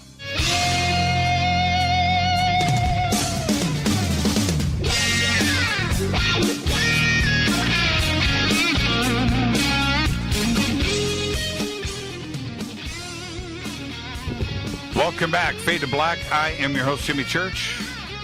My guest tonight, Rabbi Ariel Bar Tzadok. Heading into a little bit of overtime here, and we couldn't just stop when we're in the middle of some pretty heavy stuff. And Rabbi, it seems that every year about this time we get the end of times conversation that surfaces. But I think for the first time in history, we can honestly take a pretty good look around and look at what's going on in the Middle East, the divisiveness that is happening on this planet, and the confusion that everybody is seeing. And when we start discussing this end of time stuff right now, we can base it on fact when we look around. And I think some of us are alarmed. Is this something that should be concerning us? Yes and no. Years ago, I've written and taught about end-of-time prophecies, biblical, post-biblical, mystical, for years and years. Matter of fact, I have a new book right now. It's in final editing stages on the prophecies of Daniel and the end of days. And I cover a lot of material in it, and it's going to be available hopefully soon on Amazon. But the point that I think we really need to understand is this. Understanding the end of days is more a myth than a reality. There is no end of days. The world is not going to come to an end. Are there going to be fundamental changes? Yes. Are we going to eventually evolve into a higher global state of consciousness? Yes. But a lot of stuff has to happen before that comes about. In most scenarios, there is an apocalypse, which, to make it simple, is the destruction of the old in order to make way for the new. Many people refer to that destruction as being the fall of Western civilization as we understand it today. And people are prophesying that a nuclear war is yet to come. But think about it. Who does that benefit? You really think there's going to be like a small Kabbalah people who are hiding out in a cave and the whole world gets blown up and then they come out and rebuild? That's a little ridiculous, but, people believe in fantasies. No. If there was going to be a global nuclear war, we're all going to die, that would have happened 10 times already by now. I'm more optimistic in the future. And at the same time, I'm pessimistic based upon where people are at right now.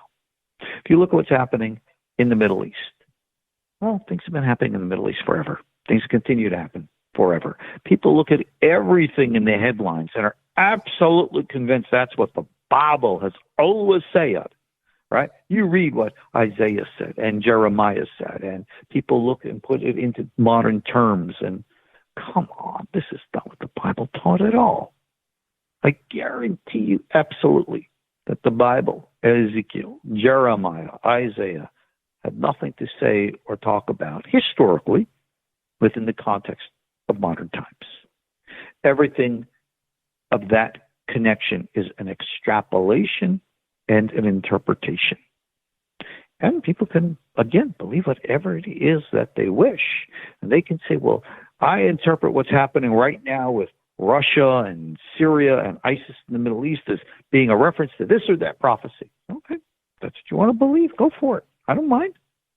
But don't destroy the world based upon that. You see, this is what I'm very concerned about, and that is religious extremism. 2,000 years ago, Jewish religious extremists caused such a havoc that they destroyed Jerusalem and Israel. 1,000 years ago, you had Christian religious extremists led to the Crusades and the deaths of tens of thousands. And today you have Islamic extremism. which is leading even to more destruction. We don't need any of it. This is not what real religion should be. So we are in a global world today. This has never been here before. With the touch of a button, we can be in a live contact with demonstrations on the street of Tehran, arguments and debate in the streets of cities in Virginia, watching political upheavals in London and Washington. And these things are so entertaining for us. As opposed to the real things we're supposed to be paying attention is our own selves. Frankly, politics is going to happen as politics is going to happen. And I hope and pray that the people around the world, wherever they are, can manage in some ways to live peaceful, healthy lives. That's where I think we have to focus on. But we are in a decade that if you look astrologically, there is a potential for bad stuff to happen. It's out there. We, as a human race, you and I, as individual contributors to the collective consciousness, have a say in that. Because even though you and I, Jimmy, we're just two individuals. I'm here in Tennessee, you're there in L.A. What can you and I do individually to stop World War III? And the answer is a lot, believe it or not. Every individual, everyone who's listening now to us, we each have an individual potential. And this is what we teach actually in our prophetic meditation projection into the collective stuff. We call this Kabbalah. And we seek to influence the hearts and minds of people all around the world with an old hippie term, positive vibes. Rather than embrace the negative, accept the negative.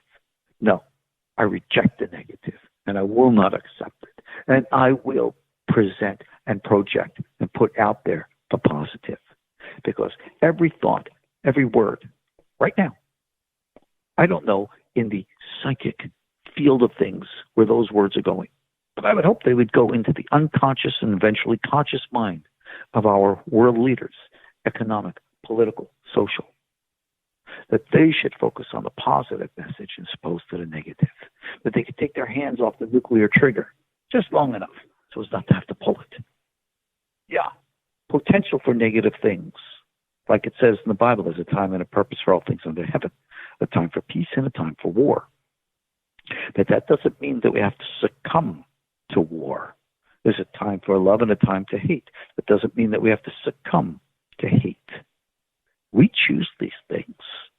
The potentials are always there, but we get to choose. So no, I don't believe that the end of the world is coming. I don't believe the end of the world is inevitable.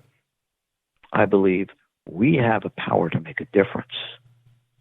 And I would hope and pray that no matter who's listening, no matter how small or insignificant one thinks one is, to recognize that every one of us has access to that collective consciousness, and therefore every one of us can plant the seeds of peace. Why is it so difficult to be good? We all know we should be good, and good is much more fun, but it's hard. The negative side, well, hold on, let me finish. The negative side is easy. Being bad is easy. Getting bad grades in school, that's easy. Getting good grades is hard, right? Not breaking the law, that's hard. Breaking the law, easy, right? It's hard to be good. But everybody realizes, and they want to believe that there could be an end of times. So they understand that there's things that could possibly be real out there. So they dedicate themselves to that. But on the other side, so many want to be bad. It's confusing to me. But you see, this is again all matters of choice. Let's look at our individual lives. There are many bad things that we can do, but we don't. We get angry at stupid idiots on a daily basis, and boy, there seems to be no shortage of stupid idiots in the world. But we don't go around batting people's brains in, God forbid. We can always be attracted to a member of the opposite or same sex, depending on one's persuasions.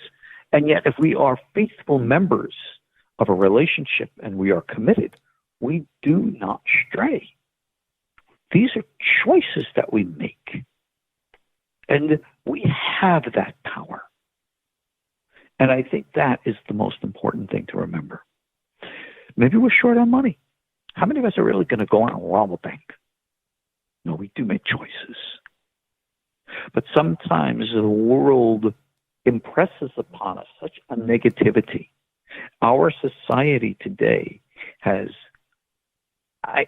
continues to isolate us from one another. We become literally isolated. Social media has done that. Here we are connected. We have thousands and thousands of friends, none of whom we know. We become more and more isolated. That's very bad. We really need to understand the good old biblical concept of a sabbath, in which you disconnect from the artificial world of work and you just have a day of peace in nature, talking with family, friends, and doing normal stuff again. Illness is not the normal, natural way. Health is. And the body and the mind and the soul and the universe has its uncanny natural ability to heal, if only we stop contributing illness to it. And how is it, and this is obviously nothing new, but how is it that is violent, killing, war, killing other human beings with bullets and fire and bombs and poison gases? We know how despicable that is, but yet we do it. We send our children into war. Our children, right? Yep. I just don't get. We understand how bad it is, but yet we still cross imaginary borders, right? And fight somebody that is supposed to be, and kill people that are supposed to be our enemies. Innocent people, that haven't done anything, but yet we still do it without an end in sight. Are we getting more mature where we will wake up one day and go, you know what, armies are bad? Well, armies are not necessarily bad. Even the Bible calls Hashem God, Hashem Tzavaot, the Lord of armies, Lord of hosts.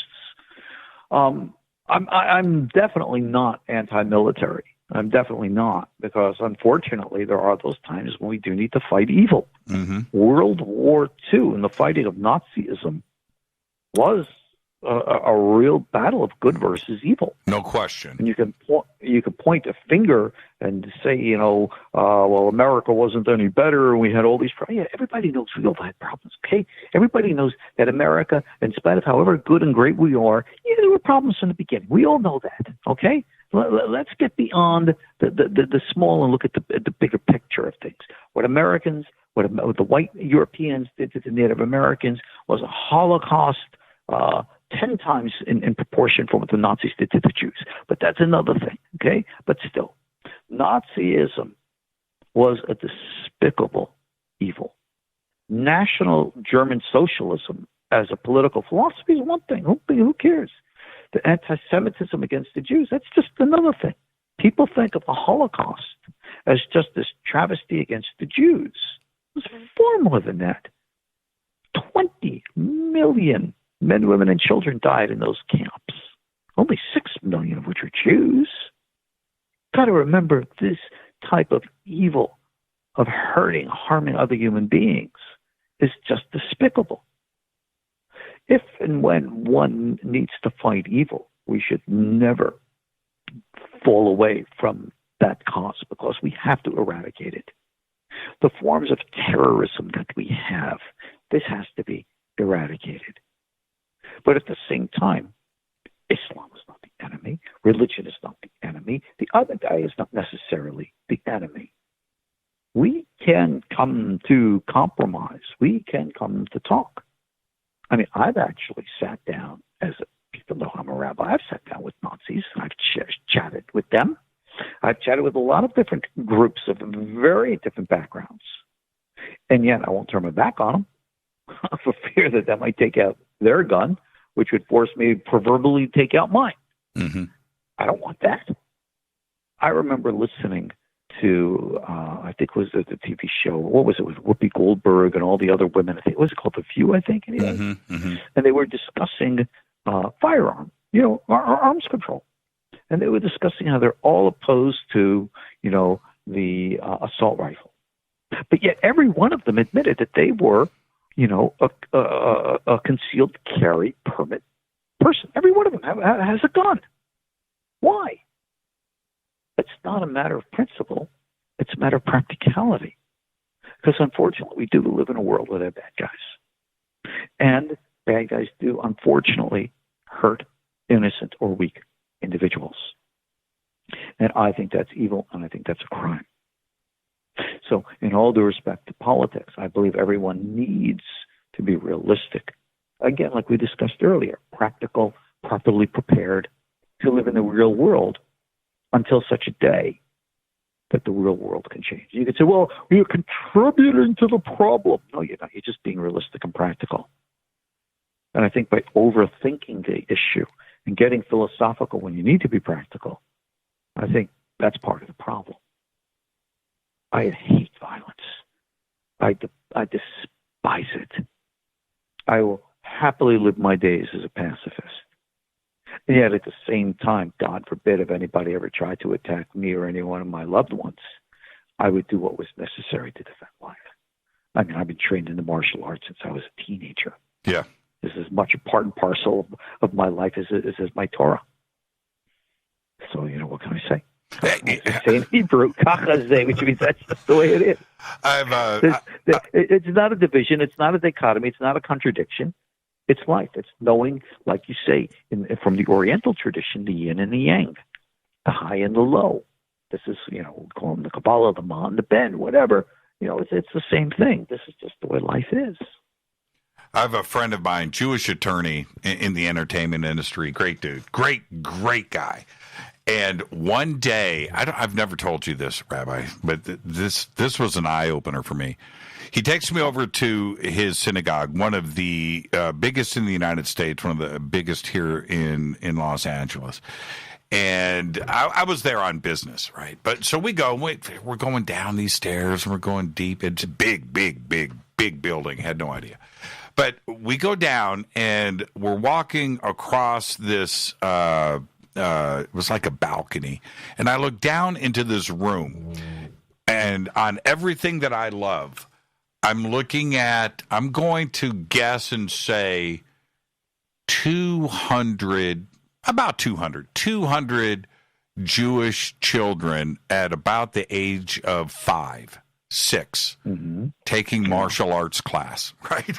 Oh, cool. and I'm looking down, and I was like, what's going on here? He goes, hey, man, that's what we do here at the synagogue, right? And I was looking, and I'm talking about disciplined, focused kids. Yep. Scared the crap out of me. It was awesome. Well, it was awesome. No, you know what I'm saying. Anyone awesome. who really understands the spirit of martial arts knows you don't learn martial arts to fight. You learn martial arts for peace. That's right. And, I want to jump on a topic which is totally outside of everything, but I want to make a comment. Sure. You saw recently these attacks of anti-Semitism in New York, in which there is opposition and hatred between two communities who are, through history, have always had more in common than almost any other in this land. African American, the Jewish American community. I mean, I never grew up in a world where I ever experienced that racism. My family, we never had that. And when I see that today, it personally pains me. Because you look at a role model, and today of all days we say Martin Luther King. This is a role model for the African American community who understood the meaning of unity, which he embraced as a pastor from the Bible, which has its historical antecedents, of course, in Judaism. United we stand. Look what happens when we choose the opposite path. Look at what goes on. This is crazy, insane stuff. And if we want to talk about disclosure, what the Watchers want, what the ETs want, what God wants, all that spiritual, if we don't bring it down to the real world and brass tacks, we're missing the message completely. So no, I don't consider that to be completely out of the pale of what we need to say, but very much part and parcel of it. United we stand. Dear God, please let's get that message out there. One of the things, and this is a great way to, well, we still have 7 minutes, but one of the things that I enjoyed about living on a street in America, anywhere, was the diversity of the street and the weirdness of the street, right? Across the street, you had some guy that never came out of his house, right? And we talked smack about him. Next door, we had a black family, and next door to that, we had some hippies, and down the street, we had the people that went to church every single Sunday, and we made fun of them, and then whatever, right? But we got together on the 4th of July. We had a block party, right?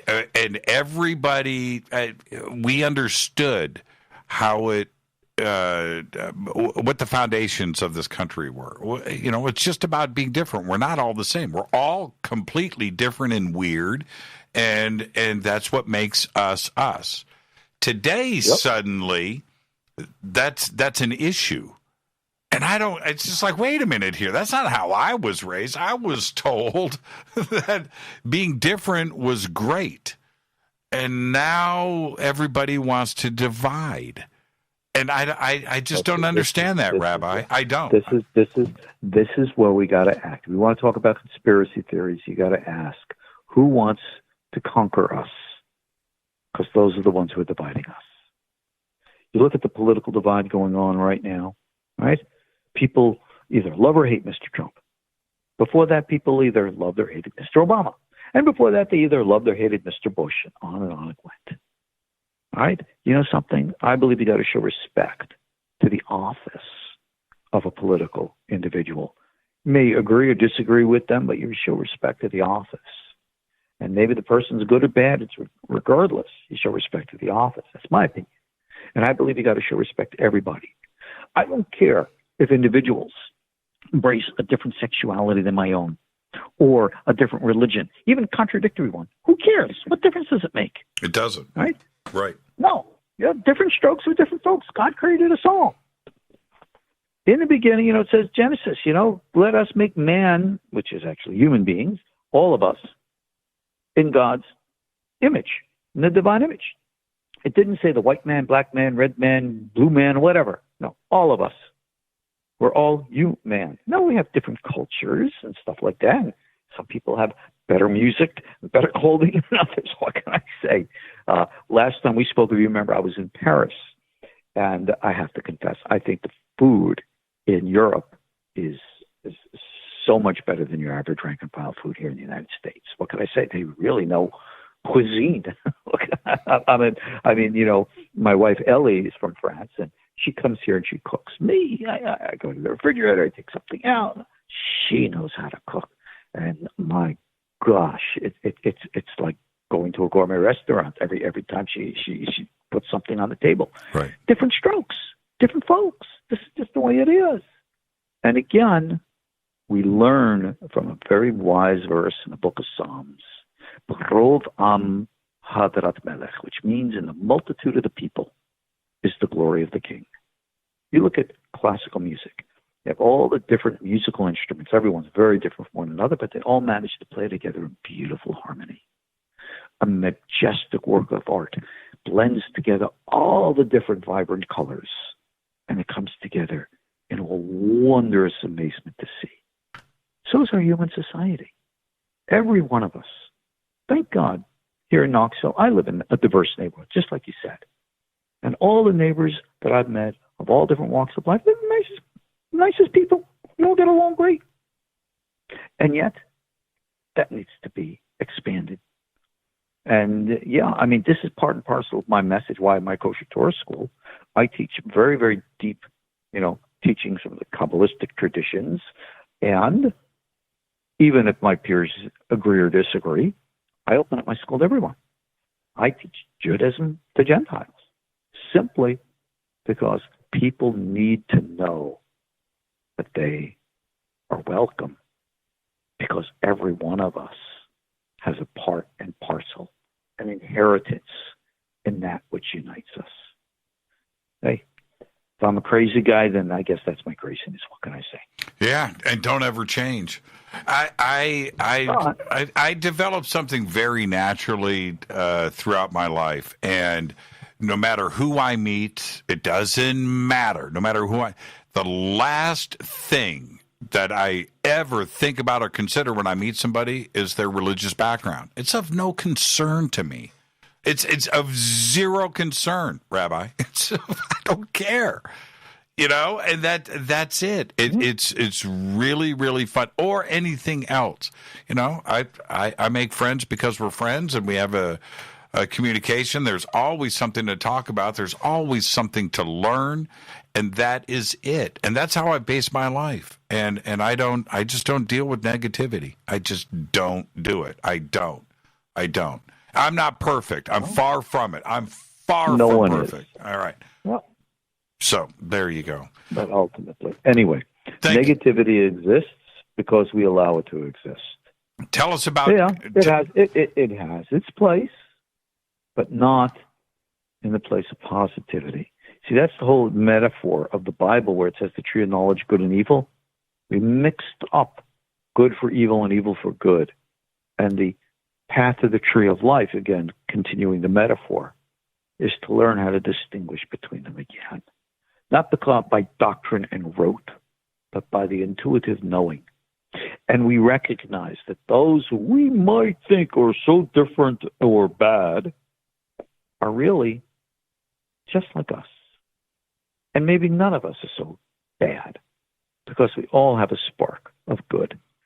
In our Torah tradition, we have a prayer that we recite every morning with these words: Elohai neshama shenatata bi Torah. My Lord, the soul you have given me is pure. And that's what we all have to remember, no matter all the highs and lows, all the garbage and the crap that we deal with on a daily basis. We all make mistakes. We all have done stupid things. Deep down inside us, we allow ourselves naturally to heal. The good within will come to the surface. And that's what we just have to allow to happen. Thank you so much, Rabbi. And enjoy and weather the storm. Enjoy the rest of your evening. And let's speak soon. And I want to remind everybody, it's koshertorah.com. The links are over at jimmychurchradio.com. An amazing amount of information, and that's what the rabbi does over there. He teaches. Thank you so much, Rabbi. My pleasure as always, Jimmy. You're the best. Now go put on your fade to black shirt. Thank you so much. That's right. You gave both me and Elise shirts, if you remember. We're very honored and wear them in pride. Thank you so much. All right. Shalom to you and everyone else. Shalom. Have a great night. This is Fade to Black. We went pole to pole, so I've got to get out of here. Thank you, Rabbi Ariel Bar Tzadok. What a great conversation.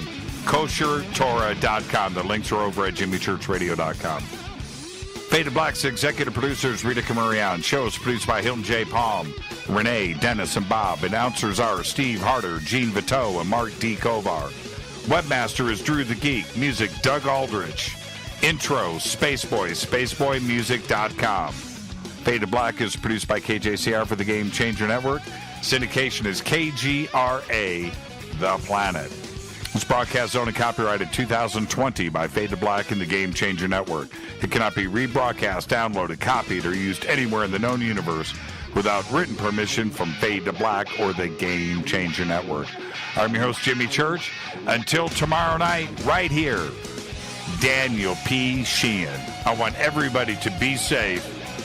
Go back, Lee Tepe.